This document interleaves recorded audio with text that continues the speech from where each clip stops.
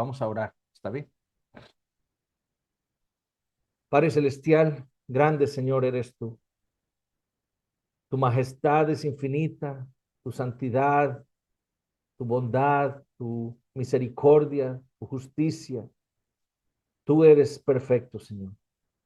Y te damos gracias porque cuando nosotros íbamos creándonos nuestros propios dioses, yendo tras nuestro propio camino, tú, Señor, decidiste por pura misericordia rescatarnos a nosotros y traernos al conocimiento de tu persona por medio de Jesucristo. Te pedimos, Señor, que nos sigas ayudando para crecer en ese conocimiento. Que hoy, Señor, lo que vamos a meditar sirva también para que tengamos un correcto entendimiento de lo que hacemos nosotros. ¿Para qué lo hacemos? ¿Para qué vivimos? Que tú nos ayudes, Padre Santo. Que la gloria de Cristo sea siempre nuestra meta, nuestra visión. Y que tú, Señor, al final de todo, seas glorificado en todo lo que nosotros hagamos. Señor, te pido por nosotros para que nos guíes al abrir tu palabra y al estudiarla. Que envíes a tu Espíritu Santo para que nos ayude y nos ilumine. Que disponga nuestros corazones para ver la verdad, para seguirla, para humillarnos delante de tu palabra y así poder quedar maravillados de tu grandeza. Te damos gracias, Señor, por todo. En el nombre de Jesús. Amén. Hermanos, quiero tal vez que me acompañen al libro de Isaías, Isaías capítulo 6, de manera de, para que nos sirva de fundamento lo que vamos a estar meditando hoy. Isaías 6, versículos 1 al 5. Dice, en el año que murió el rey Usías, vi yo al Señor sentado sobre un trono alto y sublime, y sus faldas llenaban el templo. Por encima de él había serafines, cada uno tenía 6 alas, con 2 cubrían sus rostros, con 2 cubrían sus pies y con 2 volaban. Y el uno al otro daba voces diciendo, Santo, Santo, Santo, Jehová de los ejércitos. Toda la tierra está llena de su gloria. Y los quiciales de las puertas se estremecieron con la voz del que clamaba, y la casa se llenó de humo. Entonces dije, ay de mí, que soy muerto, porque siendo hombre inmundo de labios y habitando en medio de pueblo que tiene labios inmundos, han visto mis ojos al Rey, Jehová de los ejércitos.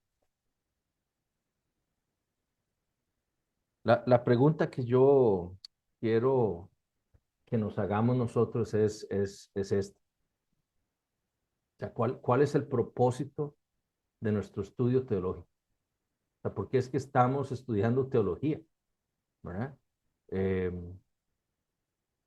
Muchos pueden responder eso, ¿verdad? De diferentes maneras. Si le preguntáramos a las personas que están, ya sea que estudian su Biblia normalmente en su día a día o especialmente a los que están en seminarios, ¿verdad? Estudiando teología, podrán responder esa pregunta de diferentes maneras, ¿verdad? Algunos podrán decir, bueno, yo estudio teología porque yo quiero ser pastor. O sea, yo quiero ser un ministro del evangelio, quiero estar ahí parado en un púlpito enseñando la palabra de Dios. Otros podrán decir, es que mi iglesia necesita maestros. No hay maestros en mi iglesia y alguien tiene que enseñar. Entonces, yo tengo, me voy a preparar para ser maestro y poder ayudarle a mi iglesia. Otros pueden decir, bueno, es que en mi iglesia hay muchos niños y no hay alguien que les enseñe bien la palabra de Dios. Entonces, voy a estudiar teología para ver cómo le ayudo a los niños. Otros, porque es el deseo de mis padres, porque quiero agradar a mis padres, porque quiero impresionar a mis padres, porque quiero impresionar a mis hermanos en la iglesia, ¿verdad? O porque quiero impresionar a una hermana en la iglesia, que diga, ¿verdad? No, yo quiero casarme y quiero impresionar a una hermana y si sabe que estoy estudiando teología, tal vez pueda lograr casarme con una buena hermana en la iglesia, ¿verdad? Esas son razones, hermano. Son razones por las que las personas estudian teología y son motivos para ello.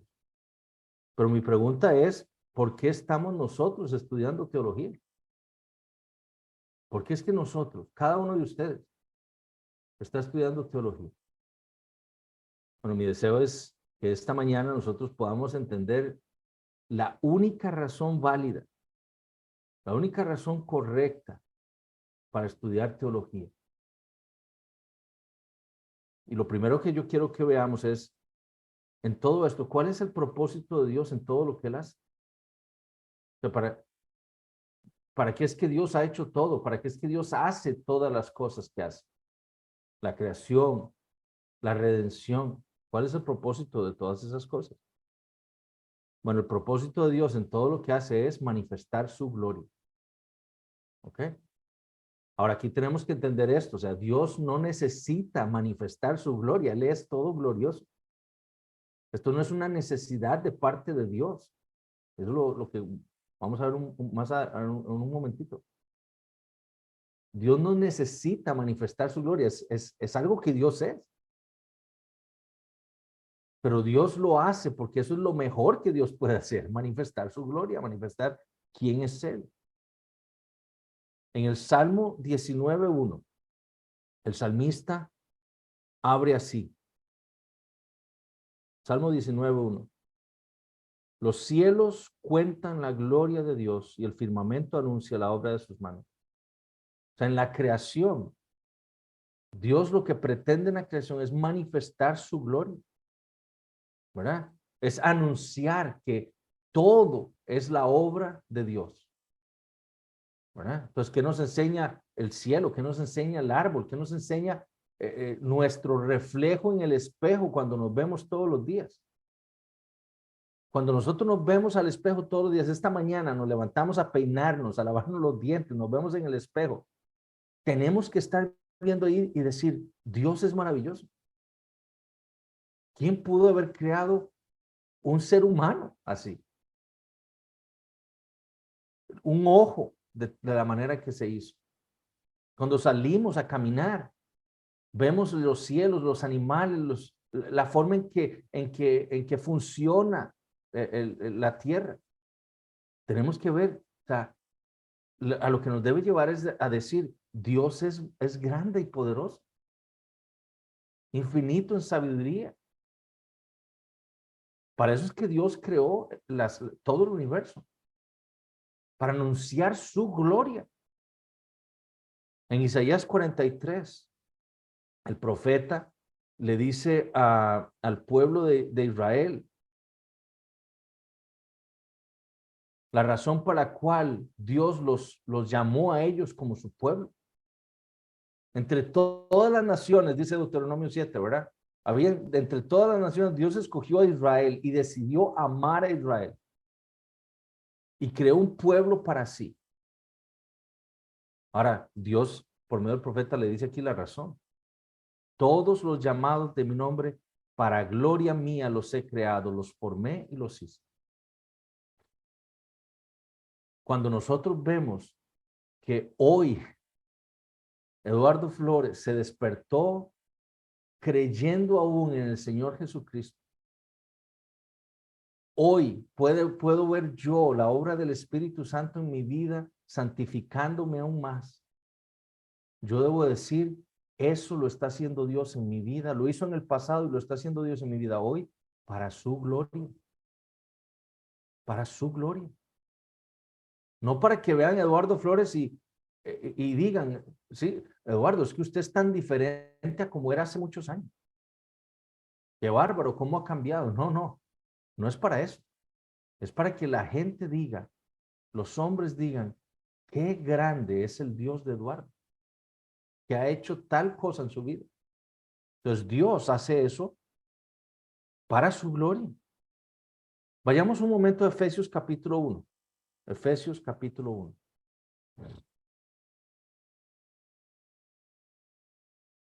Efesios 1 es como, es Pablo, ¿verdad? Es Pablo diciéndole a los efesios la razón última por la cual ellos son cristianos, ¿verdad? Es Pablo predicándoles, indicándoles a ellos por qué es que ellos son lo que son ahora, en ese momento en el que Pablo le está escribiendo. ¿Por qué es que ellos son creyentes? ¿Por qué tienen fe en el Señor Jesucristo? ¿Por qué están siendo santificados? Y vean lo que dice Pablo en Efesios capítulo 1. Bueno, empecemos desde el versículo 1. Pablo, apóstol de Jesucristo, por la voluntad de Dios, a los santos y fieles en Cristo Jesús que están en Éfeso. Gracia y paz a vosotros de Dios nuestro Padre y del Señor Jesucristo. Y vean lo que dice. Bendito sea el Dios y Padre de nuestro Señor Jesucristo, que nos bendijo con toda bendición espiritual en los lugares celestiales en Cristo, según nos escogió en él antes de la fundación del mundo, para que fuésemos santos y sin mancha delante de él. En amor, habiéndonos predestinado para ser adoptados hijos suyos por medio de Jesucristo, según el puro afecto de su voluntad. ¿Y cuál es el propósito? Para alabanza de la gloria de su gracia. Entonces Dios nos salva, Él nos eligió en la eternidad, nos ha salvado, nos ha puesto en Cristo por medio de la fe para nuestro bien. Ese es el fin último. ¿Qué dice Pablo? No, el fin último es, sí, nuestro bien está incluido, pero el fin último para el cual Dios nos eligió en la eternidad y nos cambió, nos llamó por medio del Espíritu Santo y nos puso en Cristo por medio de la fe, es para la alabanza de su gloria, de la gloria de su gracia. Vean el versículo 12. Pablo continúa, dice, a fin de que seamos para alabanza de su gloria. Nosotros que primeramente esperábamos en Cristo. Versículo 14. Que es el Espíritu Santo las arras de nuestra herencia hasta la redención de la posesión adquirida para la alabanza de su gloria. Versículo 17. Para que el Dios de nuestro Señor Jesucristo, el Padre de gloria, os dé espíritu de sabiduría y de revelación en el conocimiento de él. Versículo 18. Alumbrando los ojos de vuestro entendimiento para que sepáis cuál es la esperanza a que él os ha llamado y cuáles las riquezas de la gloria de su herencia en los santos. Entonces, todo lo que Dios hace, lo hace para manifestar su gloria, ¿verdad? Ahora, ¿qué significa cuando nosotros decimos que Dios hace todo para manifestar su gloria? O sea, qué queremos decir cuando hablamos de la gloria de Dios? Bueno, estamos hablando de sus perfecciones, ¿verdad? De quién es Dios, de qué es su persona, qué es lo que él hace, su grandeza, ¿verdad? Entonces, todo lo que Dios hace, lo hace para manifestar su grandeza. Eso es lo que decimos, lo que queremos, estamos diciendo cuando decimos que todo lo que Dios hace lo hace para manifestar su gloria. Es para manifestar quién es Él. Para que nosotros, sus criaturas, entendamos y aprendamos quién es Él, ¿verdad? Muchos tienen ese concepto, ¿verdad? De que cuando estudian teología, ¿verdad? Lo están haciendo como esos científicos que estudian, no sé, una bacteria bajo el microscopio, ¿verdad?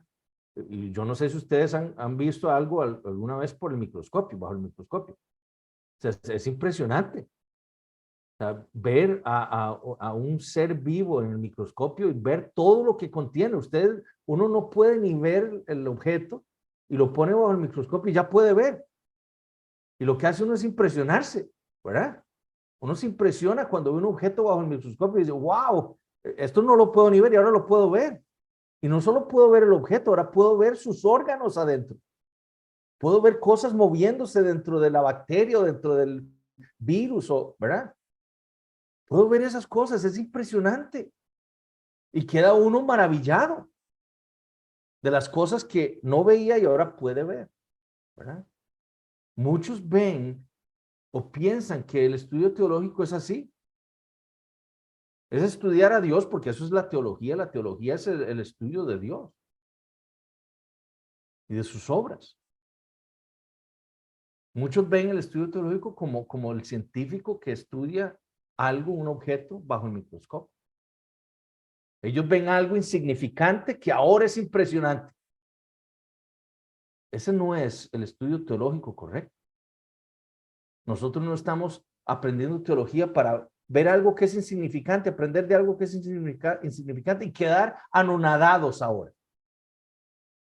No.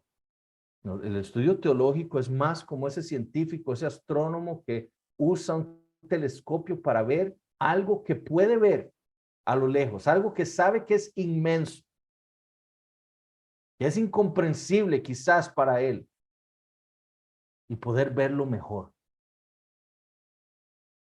Eso es más o menos, obviamente si queremos destruir esa analogía se puede hacer, ¿verdad? Porque Dios es incomparable, no lo podemos comparar con una galaxia, con una estrella, con un planeta, ¿verdad?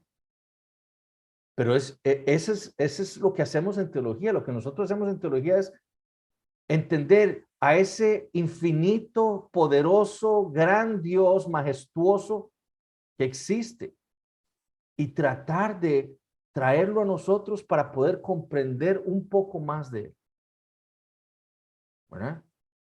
Entonces, ese es el estudio teológico que nosotros debemos hacer.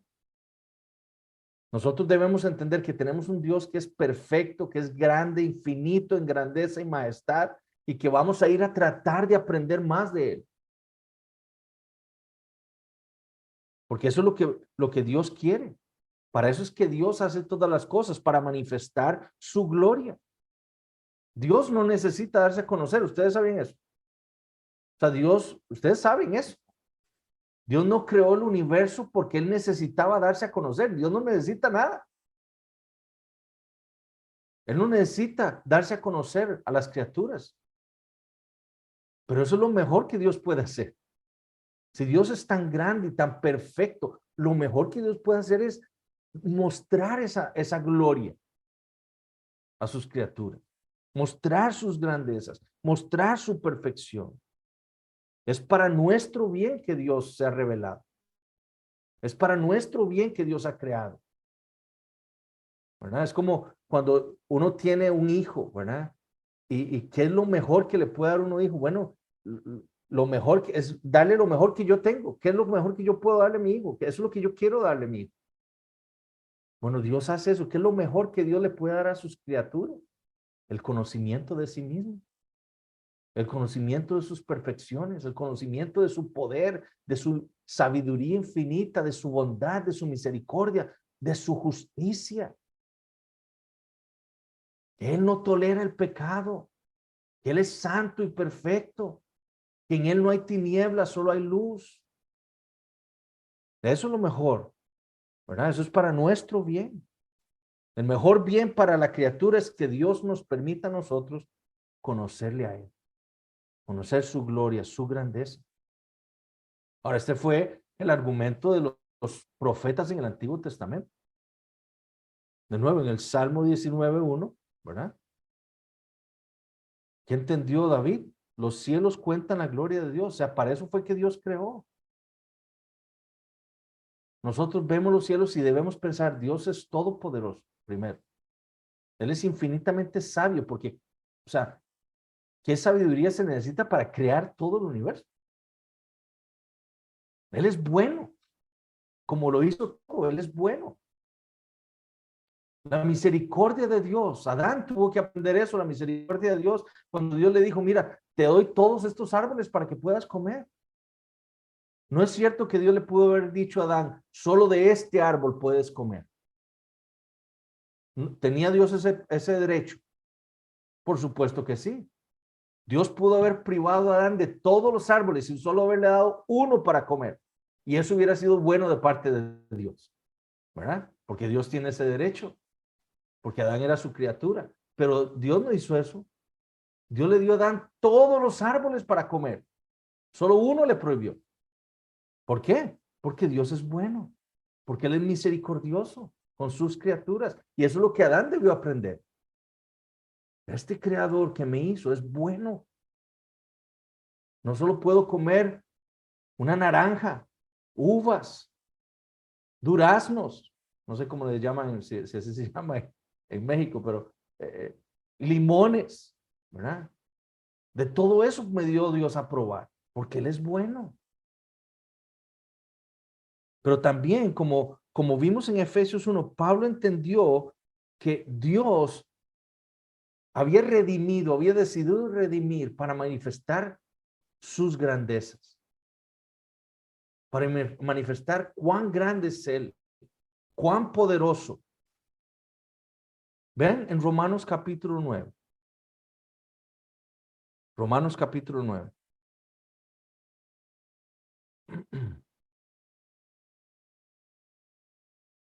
Entonces, recordemos que la epístola de Pablo a los romanos es, Pablo desea llevarles a ellos el evangelio. Pablo desea ir a ellos, ¿verdad? Para predicarles el evangelio. Eso es lo que Pablo dice en el capítulo 1. O sea, mi deseo es ir a ustedes, a Roma, para predicarles el evangelio. Ahora, Pablo sabe que no puede ir ya.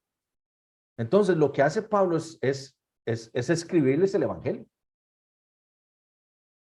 Escribirles el evangelio para que se lea esa carta en Roma y entonces ellos puedan entender lo que Pablo va a ir a predicarles, el evangelio. Entonces, parte del argumento de Pablo es, Pablo está escribiendo Romanos y él está meditando en la grandeza de Dios. Él está yendo al Antiguo Testamento y está viendo cuán grande es Dios y cuán grande es la redención que él ha logrado. Y entonces, en Romanos 9, versículo 15, hablando de la elección, la doctrina de la elección, Pablo dice, pues a Moisés dice, tendré misericordia del que yo tenga misericordia y me compadeceré del que yo me compadezca. Así que no depende del que quiere ni del que corre, sino de Dios que tiene misericordia. Porque la escritura dice a Faraón, para esto mismo te he levantado, para mostrar en ti mi poder y para que mi nombre sea anunciado por toda la tierra. ¿Para qué? Pensemos en esto. ¿Para qué Dios creó al papá y a la mamá de Faraón?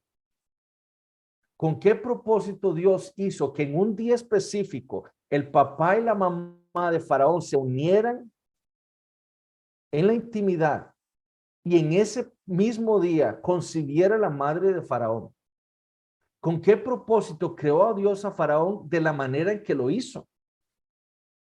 Con ese carácter, con esa fisionomía. ¿Por qué lo hizo así? ¿Por qué Dios puso a Faraón como faraón de Egipto en el momento en que lo puso? Para su gloria. Porque en el plan divino, Dios iba a poner a Faraón sobre Egipto para manifestar en él su grandeza. Eso es lo que dice Pablo. Pablo estudia la historia de Éxodo y él dice, Dios levantó a, a Faraón para mostrar en él su grandeza, ¿verdad? Para mostrar en ti mi poder. ¿Cómo? Bueno, ¿cómo lo hizo Dios? Bueno, nosotros ya sabemos la historia, ¿verdad? Por medio de plagas, Dios destruyó a todos los dioses en Egipto, ¿verdad? Y al final destruyó al Dios de Egipto, a Faraón. Lo destruyó. ¿Para qué? Para mostrar que solamente Él es Jehová. Para mostrar que solamente Él es Dios. Para mostrar que Él es todopoderoso, ¿verdad? Dios trajo plagas de ranas, piojos, sarna a Egipto. ¿Y qué hicieron los sacerdotes egipcios cuando vinieron todas esas plagas? Ir a orarle a sus dioses, al dios de las ranas, al dios Heket, al dios de los piojos, al dios de las lluvias, ¿verdad? Para que todo eso acabara. ¿Y qué ocurrió? Nada. Todas esas plagas se fueron cuando Dios así lo quiso, porque Dios es poderoso. Entonces, ese es el argumento de Pablo. Ven el versículo 18, Romanos 9, de manera de quien quiere tiene misericordia y al que quiere endurecer, endurece. Pero me dirás, ¿por qué pues sin culpa? Porque ¿quién ha resistido a su voluntad? Mas antes, oh hombre, ¿quién eres tú para que alterques con Dios? Dirá el vaso de barro el que lo formó, ¿por qué me has hecho así? ¿O no tiene potestad el alfarero sobre el barro para hacer de la misma masa un vaso para honra y otro para deshonra? Y vean esto. ¿Y qué? Si Dios, queriendo mostrar su ira y hacer notorio su poder, soportó con mucha paciencia los vasos de ira preparados para destrucción. Cuando Dios destruya a sus enemigos al final con la segunda venida de Cristo, lo va a hacer para mostrar su gloria, para mostrar la ira que Él tiene por el pecado, para mostrar cuán justo es Él, para mostrar que en Él no hay tinieblas, para mostrar que toda rebeldía contra Él va a ser castigada. Pero vean lo que dice también en versículo 23. Y para hacer notorias las riquezas de su gloria, las mostró para con los vasos de misericordia que Él preparó de antemano para gloria. Pero en aquel día final, Dios también va a mostrar su gloria, va a mostrar la grandeza de su ser, de su misericordia, de su gracia, de su bondad, salvando a su pueblo. Todo lo que Dios hace, lo hace para su gloria. Dios quiere que nosotros conozcamos esa gloria. Él quiere que nosotros, su pueblo, conozcamos sus perfecciones. Ahora, ¿para qué? ¿Para qué? ¿Cuál es el propósito de Dios darse a conocer? Solo para que nosotros aprendamos teología. Con eso basta. Ese es el propósito, que yo entienda y aprenda teología. Bueno, ¿cuál es el propósito entonces del hombre en todas las cosas que hace? Pablo dice en 1 Corintios 10:31, ¿verdad? Todo lo que hacéis lo debemos hacer para la gloria de Dios.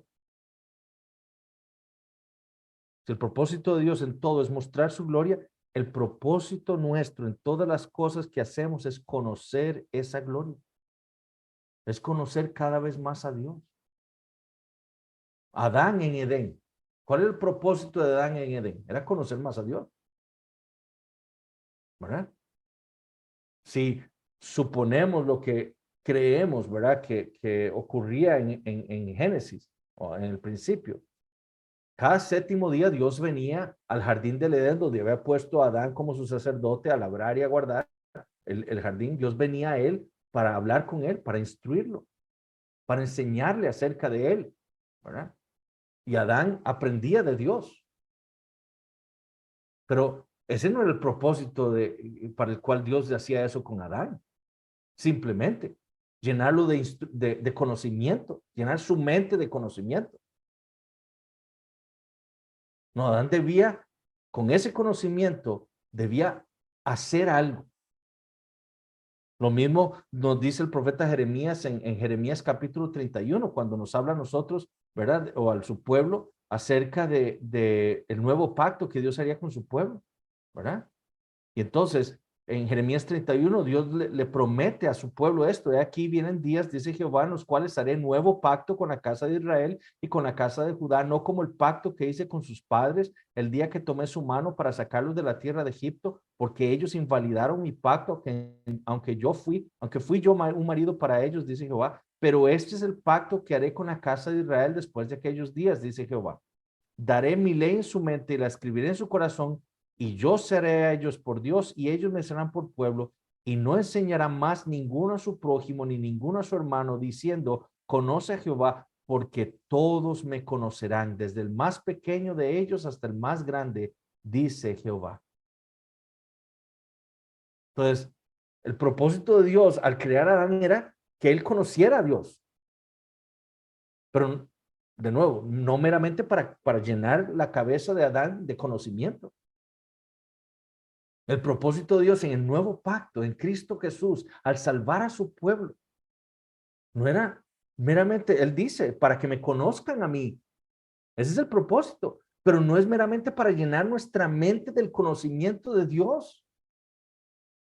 Llenarnos de conocimiento de qué significa la santidad de Dios, la justicia de Dios, llenarnos de versículos, que podamos responder a la gente, que digan, wow, ¿cómo conoce este hombre de teología? La doctrina de la justificación, la doctrina de la doble imputación o la doctrina de la santificación. ¿Cómo sabe? La doctrina de los pactos. ¿Cómo sabe este hombre? Ese no es el propósito de Dios. Meramente. En Juan 17, Jesús dice, ¿verdad? El propósito de todo es que te conozcan a ti y a Jesucristo, a quien has enviado. Eso fue lo que Moisés quería, ¿o no? ¿Se acuerdan? En Éxodo capítulo 33, cuando le dice a Dios, déjame ver tu gloria. Es lo que nosotros queremos y deberíamos desear. conocer a Dios, conocer sus grandezas, conocer sus perfecciones. Pero esto es lo importante. Conocimiento sin doxología es idolatría. Conocimiento sin doxología es idolatría. De nuevo, Adán, Dios se revelaba a sí mismo a Adán cada último día de la semana, por los días que Dios le permitió, ¿verdad? Antes de caer. No meramente para llenar su cabeza con su conocimiento. El fin de Dios no era llenar la cabeza de Adán con el conocimiento de quién era él.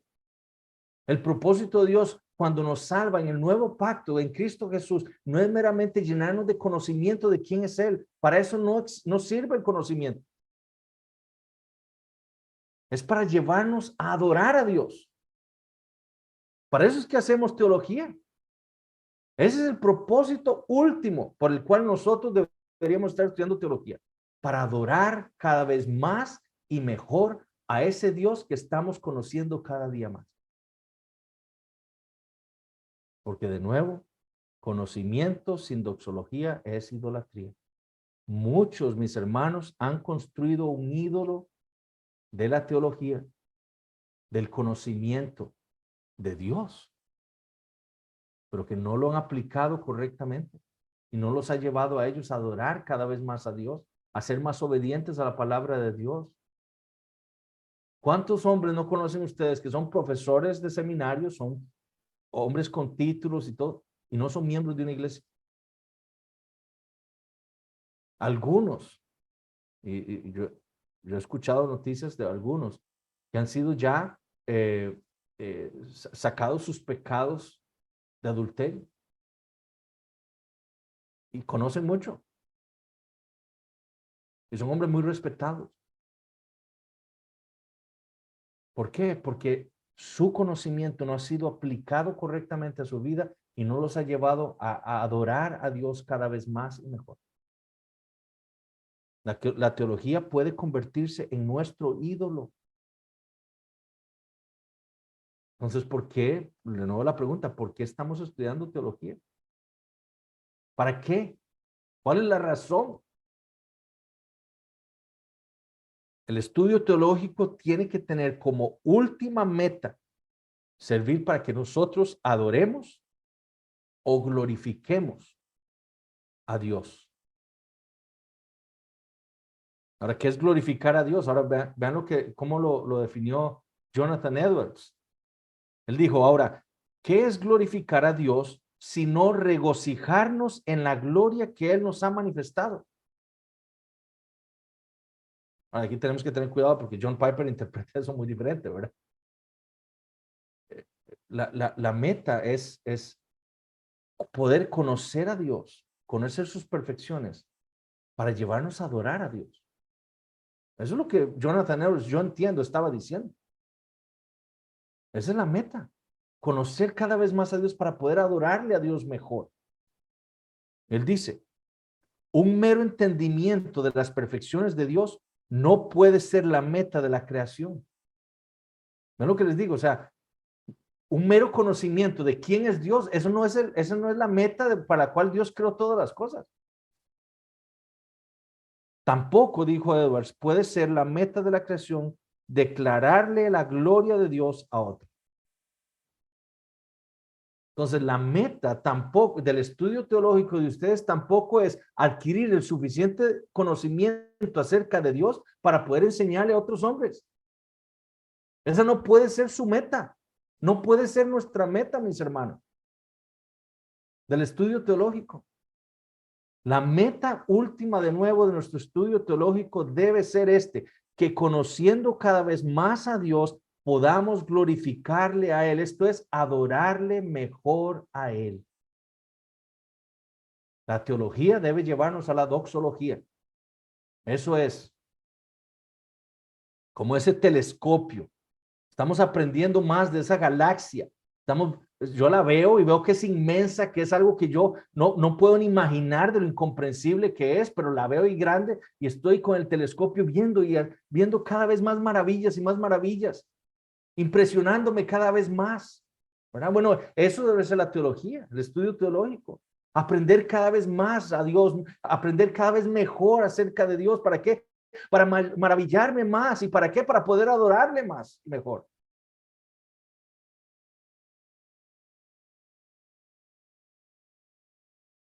Salmo 19:8 dice: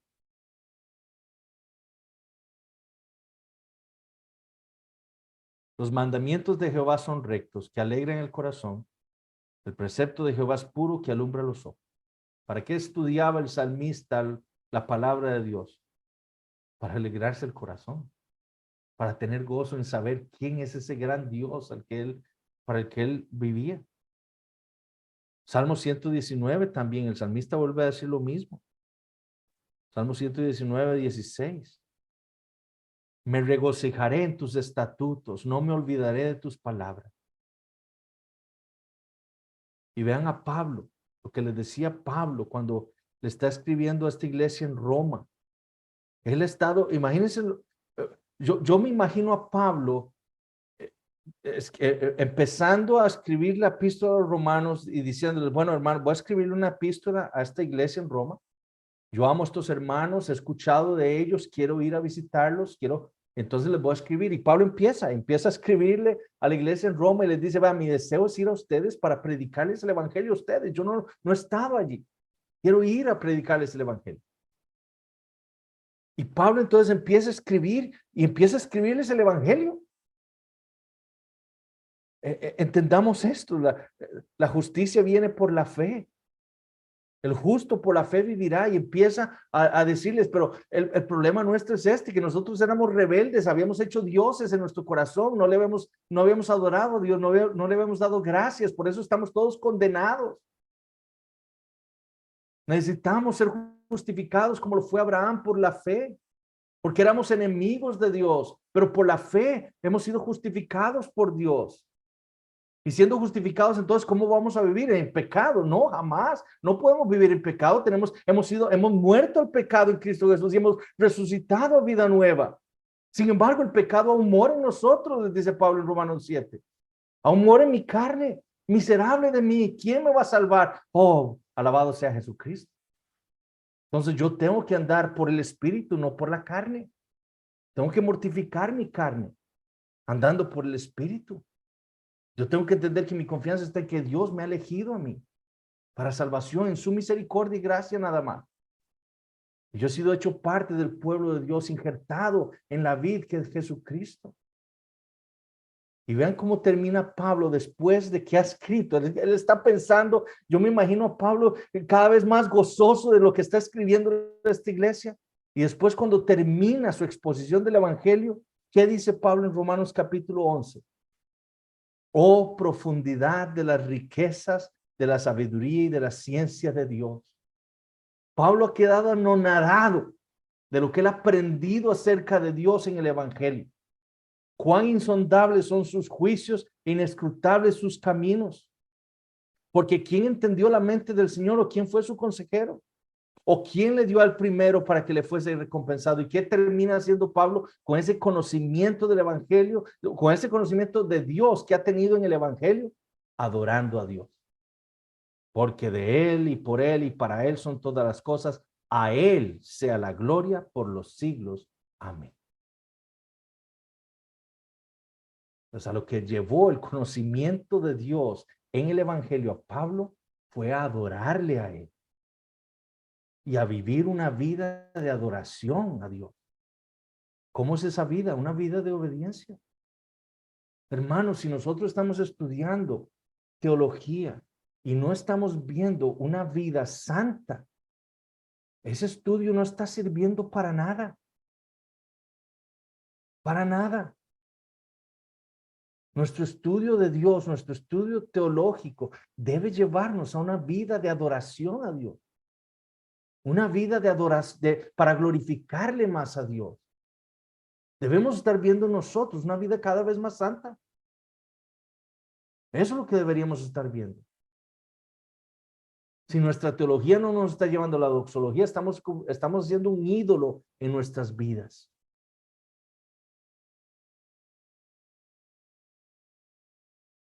Entonces, mi pregunta es para todos nosotros. ¿Es este el propósito por el cual estamos nosotros estudiando teología? Poder adorar mejor, cada vez más y mejor, a ese Dios del cual estamos aprendiendo, al cual estamos conociendo cada vez más. Nosotros necesitamos recordar esto cada día. No sé qué materia están estudiando ahora, pero esa materia que están estudiando ahora, ustedes deben pensar cada día, esto que estoy aprendiendo hoy es para que yo adore más y mejor a Dios. Hoy que leí la Biblia, me levanté temprano y hice mi devocional. Esto que he leído hoy, esto que he aprendido hoy, tiene que llevarme a una vida de mayor adoración a Dios. Cuando me siento en las clases, a escuchar a ese profesor que viene a enseñarme algo que yo no conocía de la Biblia. Eso que estoy aprendiendo no es meramente para que se quede en mi cabeza. Es para que ese conocimiento me transforme y me haga ser un mejor adorador de ese gran Dios del cual estoy aprendiendo.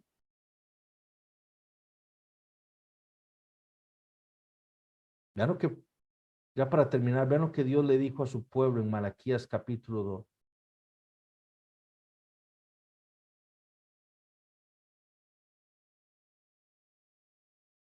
Ahora pues, Malaquías 2:1. Ahora pues, oh sacerdotes, o sea, los maestros de Israel, ¿verdad? Para vosotros es este mandamiento.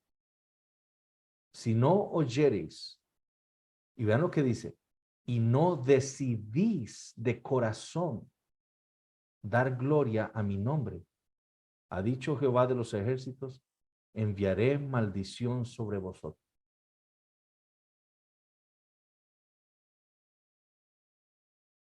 Estudiar teología y decidir voluntariamente no vivir una vida de mejor y mayor adoración a Dios es idolatría. Y la maldición que cayó sobre los sacerdotes de Israel caerá sobre esa persona también. Es un hombre que ha construido y ha decidido adorar un ídolo falso. El mero conocimiento. Nosotros no debemos ser así. Nuestro corazón debe ser como el de Moisés. Yo quiero ver tu gloria, Dios mío. Cada vez que veo esa clase, que aprendo, pasa esa clase, ese día más en la clase aprendiendo de ti, yo quiero ver ahí más tu gloria, más y mejor, para poder glorificarte más, para poder adorarte mejor, para poder vivir una vida de mayor y mejor obediencia a ti. Ahora ese conocimiento, gracias al Señor, lo tenemos nosotros en Cristo Jesús. La única razón por la que todos nosotros hemos podido conocer a este Dios y adorarle es por lo que Jesucristo ha hecho por nosotros. A Él sea la gloria, mis hermanos. Esto no es por o sea, el que nosotros podamos aprender de Dios, mis hermanos, eso no es porque seamos muy inteligentes. ¿Entienden? No es porque tenga mucha capacidad y porque tenga un coeficiente intelectual altísimo. No, no, no, no, no. A pesar de lo que yo soy, Dios ha decidido darme su conocimiento, el conocimiento de Él en Jesucristo. Él nos ha redimido nosotros, nos ha cambiado el corazón y ha cumplido las promesas del nuevo pacto en Jesucristo.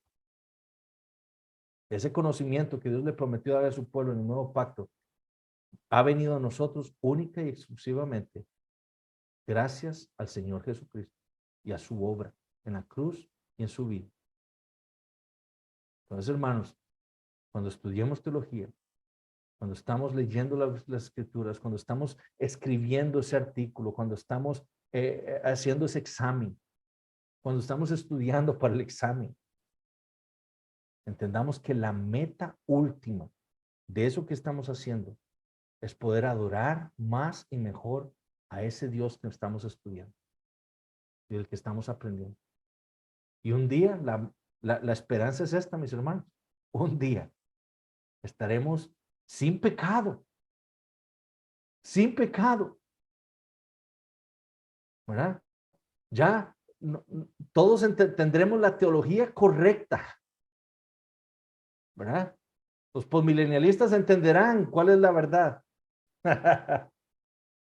No, pero sí, en serio, un día, Amén. un día, mis hermanos, no tendremos pecado. No tendremos pecado. Y todos, todo el pueblo de Dios, a lo largo de las edades, a lo largo del mundo, vamos a conocer a Dios sin problemas por la eternidad. Y haremos para lo que ese conocimiento nos será dado, para vivir una vida de adoración a Dios por la eternidad. Ese es el propósito. Entonces, hermanos, ¿para qué estamos estudiando teología? Es la pregunta que todos debemos hacer. Y la respuesta debería ser para conocer mejor a Dios, pero para poder adorarle mejor, para poder darle entregar mi vida a Él de una mejor manera. Vamos a orar. Padre Celestial, te damos gracias, Señor, por el tiempo que nos has dado en esta mañana. Señor, es verdaderamente un privilegio poder levantarnos de mañana y meditar en tu palabra. Gracias, Señor, porque nos has enseñado en esta mañana y gracias, Padre, porque has corregido quizás esa manera de pensar que en muchas ocasiones hemos tenido. Hemos olvidado, Señor, el propósito para el cual estudiamos teología, para el cual abrimos la Biblia y la leemos y meditamos en ella. Te pedimos perdón por ese pecado, pero sabemos que en ti hay esperanza y la esperanza es que en Jesucristo tú nos das a tu Espíritu Santo para guiarnos a un mejor entendimiento de lo que debemos hacer nosotros, del propósito último de nuestra vida. Te pido por estos hermanos que tú los sigas guiando y ayudando, que bendigas este seminario, Señor, y que ese seminario sirva no solo para que hayan más hombres dispuestos, Señor, a vivir para ti, sino también para que otras iglesias y otras personas puedan conocer mejor, Señor, a ese Dios que creó todo el universo y que ha redimido a su pueblo en Jesucristo, para que tu pueblo, Señor, pueda vivir una vida distinta al mundo. Podamos traer gloria, Señor, a tu nombre. Pedimos todo en el nombre de Jesús. Amén.